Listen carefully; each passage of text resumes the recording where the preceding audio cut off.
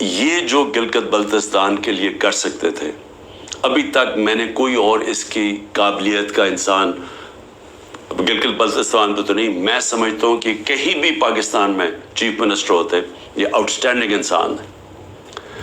دوسری چیز کہ دیکھیں، میں اپنی قوم کو یہ کہنا چاہتا ہوں کہ دیکھیں، قومیں چلتی کس چیز پہ ہیں؟ ایک انسانی معاشرہ، پھر سے میں آپ کو بتاتا ہوں، جانوروں اور انسانی معاشرے میں فرق ہی ایک چیز ہے، انصاف۔ کیوں اتنا ہمارے دین میں انصاف کے اوپر زور دے؟ کیوں اللہ نے انصاف کہا ہے؟ کیوں سارے پیغمبروں کو کہا کہ ایک ہی پیغام لے کے جاؤ کہ انصاف قائم کرو اللہ کی زمین پہ؟ سارے پیغمبروں کو کیوں نبی صلی اللہ علیہ وسلم نے کہا کہ میری بیٹی بھی اگر جرم کرے گی اس کو سزا ملے گی؟ قانون کے اوپر کوئی نہیں ہے۔ کیسے حضرت علی رضی اللہ تعالیٰ، ایک قاضی ان کے خلاف فیصلہ کر دیتا ہے کہ یہودی شہری کے لیے فیصلہ کر دیتا ان کے خلاف، کہ وہ سوچیں وہ کیا انصاف کے پیمانے تھے۔ حضرت عمر اپنے بیٹے کو سزا دے دیتے ہیں، اس کو کوڑے مرواتے ہیں، سزا دلواتے ہیں اس کو، کیونکہ قانون توڑتا ہے۔ اور کیوں جب وہ پرشین ایمپائر کا جب ایمبیسڈر کو بھیجتا ہے ان کا کہ پتہ تو چلو یہ کون ہے مسلمان، اور وہ جب جاتا ہے حضرت عمر کو ڈھونڈنے کے لیے تو وہ دروازے پہ جاتا ہے، وہ کہتے جی، وہ جب ان کے عام سا دروازہ ہوتا ہے، وہ کہتے جی وہ دیکھیں درخت کے نیچے سوئے ہوئے ہیں۔ تو وہ جا کے جب واپس بتاتا ہے تو وہ آگے سے وہ کہتا ہے کہ جس ملک میں انصاف ہو اس ملک کا سربراہ، اس کو کوئی گارڈز کی ضرورت نہیں ہوتی، اس کو وہاں امن ہوتا ہے، اس کی جان کو کوئی خطرہ نہیں ہوتا ہے، جو انصاف دیتا ہے معاشرہ۔ اسی پہ چرچل، وسٹن چرچل جب تباہ ہو رہا تھا برطانیہ، ہٹلر کی فورسز کھڑی ہوئی تھی بارڈر فرانس میں، تو وہ جب لوگ پوچھتے کہ ہم بچ جائیں گے، اس نے کہا عدالتیں انصاف دے رہی ہیں تو ہم بچ جائیں گے۔ یعنی قوموں کی جو بنیاد رکھی جاتی ہے وہ اخلاقیات کے اوپر، انصاف، جب ایک معاشرے میں انصاف ہوتا ہے ان کے اخلاقی معیار ہوتے ہیں، قانون کے نیچے سب ایک برابر ہو جاتے ہیں، وہ معاشرے آزاد ہو جاتے ہیں، اور آزاد معاشرے ہی ترقی کرتے ہیں۔ آپ کیوں اللہ نے جو اپنی آزادی کے لیے جو اپنی جان دیتا ہے، کیوں اللہ نے اسے شہادت کا رتبہ دیا ہے؟ اب سوچیں کہ اللہ نے پیغمبروں کے بعد شہید کا رتبہ دیا ہے کہ جو آزادی کے لیے اپنے لیے جان دیتا ہے۔ کیوں اتنا بڑا رتبہ ہے؟ کیونکہ اللہ بہتر جانتا ہے کہ صرف آزاد معاشرے اوپر جا سکتے ہیں، صرف وہی معاشروں کا عروج ہوتا ہے۔ آپ ذرا امریکہ کے وار آف انڈیپینڈنس دیکھیں، جو انہوں نے انگریزوں کے خلاف اپنے آپ کو آزاد کیا تھا، وہ میرے خیال میں 58 لوگ تھے جنہوں نے فریڈم ڈیکلریشن سائن کیا تھا۔ ان کی زندگیاں دیکھیں، ایک ایک نے کیسی کیا آزادی کے لیے کیا کیا برداشت کیا، ان میں سے کتنوں کو قتل کیا گیا، تشدد کیا گیا، ایک ایک کا دیکھیں، ان کے کاروبار تباہ ہو گئے، انہوں نے کتنی قربانیاں دی اپنی آزادی کے لیے، اور وہی امریکہ پھر دنیا کی سپر پاور بنا کیونکہ آزاد تھا۔ غلاموں کی کوئی مستقبل نہیں ہوتا۔ تو میری قوم، میری غور سے بات سن لیں، جو یہ کر رہے ہیں اس وقت، جن لوگوں کو نہ کوئی تاریخ کا پتہ ہے، سب سے بڑی بات یہ کہ ان کو تو ہمارے دین کے اصولوں کا ہی نہیں پتہ، جو وہ لوگوں سے ظلم کر رہے ہیں۔ کبھی ظالم انسان مسلمان ہو ہی نہیں سکتا، کیونکہ جو ظلم ہے، ہمارے قرآن کے اندر لکھا ہوا ہے کہ ظلم برداشت کرنے سے بہتر ہے مر جاؤ۔ غلامی، یعنی غلامی ہمیں آزاد کرنے کے لیے لا الہ الا اللہ آیا تھا، نہیں ہے کوئی خدا سوائے اللہ کے، ہمیں انسان کو غیرت دینے کے لیے آیا تھا۔ اور جہاں بدترین انسان کو انسان کی غلامی کروائی جا رہی ہے، کوئی قانون نہیں ہے، ڈنڈے مار رہے ہیں، جیلوں میں بھرا ہوا ہے، تشدد کر رہے ہیں، گھر توڑ رہے ہیں لوگوں کے، گھروں کے اندر گھستے ہیں، نہ عورتوں کی پرواہ کرتے ہیں، بچے اٹھا کے لے جاتے ہیں۔ عامر مغل کے 5 بچے، 4 چھوٹے بچے اٹھا کے لے گئے۔ ایک ہمارا کارکن تھا، وہ نہیں تھا تو اس کے بچے اٹھا کے لے گئے، کسی کی بہنیں اٹھا کے لے گئے، بہن ہمارا ایک کارکن کا بہن اور اس کے بھائی اٹھا کے لے گئے، کیونکہ وہ ٹکٹ ہولڈر نہیں تھا گھر پہ۔ گھر توڑ دیتے ہیں, گھر لوٹتے ہیں, پولیس گھر لوٹ رہی ہے. اور تو لوگوں کو چھوڑو, ایکس پرائم منسٹر پارٹی کے ہیڈ کے یہاں 40 لوگوں نے دروازہ توڑ کے آئے اور سارا گھر جو جو چیزیں ملی لوٹی اور لوگوں کو مارا, پکڑ کے لے گئے. وہ بیچارے خنسامے کو لے گئے, وہ جو مالی تھا اس کو اٹھا کے لے گئے. ان کو جس طرح جیل میں رکھا. میری بہن کے میں بتایا ہوا کہ خنسامے کو اٹھا کے لے گئے. وہ کہتا جی آدھا وقت آدھے ہم کھڑے ہوتے تھے کیونکہ سارے ایک وقت پہ لیٹ نہیں سکتے تھے. وہ ایسے اوپر سے گرمی لیتا, اس کو بیماری ہوگی وہاں, تو اس کی پہلے تو ریزسٹنس ختم ہوگی, کھانا بھی نہ دے صحیح طرح. وہ ابھی تک وینٹیلیٹر کے اوپر پڑا ہوا ہے. ایک غریب آدمی جس کے اپنی زندگی کی جنگ لڑ رہا ہے. عورتوں کو پکڑا ہوا ہے جو عورتوں سے کر رہے ہیں. ڈاکٹر یاسمین دیکھیں, ان کی عمر دیکھیں, کوئی نہیں دیکھ رہے, نہ عمر دیکھ رہے, نہ کچھ دیکھ رہے. اور ان کا جرم کیا ہے؟ صرف جرم ایک ہے کہ عمران خان کو ختم کرنا ہے. اپروور بنا رہے ہیں, لوگوں کو پکڑ رہے ہیں. جی اچھا جی آپ صرف یہ کہہ دیں کہ عمران خان نے کروایا ہے. اعظم خان کو اٹھا کے لے گئے پرنسپل سیکرٹری کو اٹھا کے لے گئے, پتہ نہیں کہ 3 ہفتے سے وہ غائب ہے. اپروور بنائے جی, کوئی عمران خان کے خلاف دے, جس کو پکڑتے ہیں عمران خان کے خلاف کوئی سٹیٹمنٹ دے. شہباز گل کو جب پکڑا, کوئی عمران خان نے تمہارے سے سٹیٹمنٹ دلوائی ہے.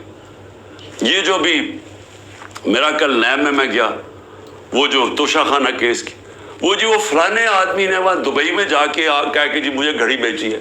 وہ فراڈ آدمی, اس کے اوپر کیس کیا ہوا ہے. میں نے وہ جیو کے اوپر کیس کیا ہوا جنہوں نے کیا ہے. میں انشاءاللہ وہ کیس عدالت کے اندر جیتوں گا. وہ ایک بھاگا ہوا ناروے سے, اس سے انہوں نے بیان دلوا لیا تھی عمران خان نے وہ گھڑی بیچی کسی کو.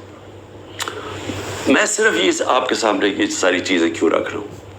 میں یہ رکھ رہا ہوں کہ اس طرح کوئی دنیا کا مذہب معاشرہ نہیں چل سکتا, بچ نہیں سکتا.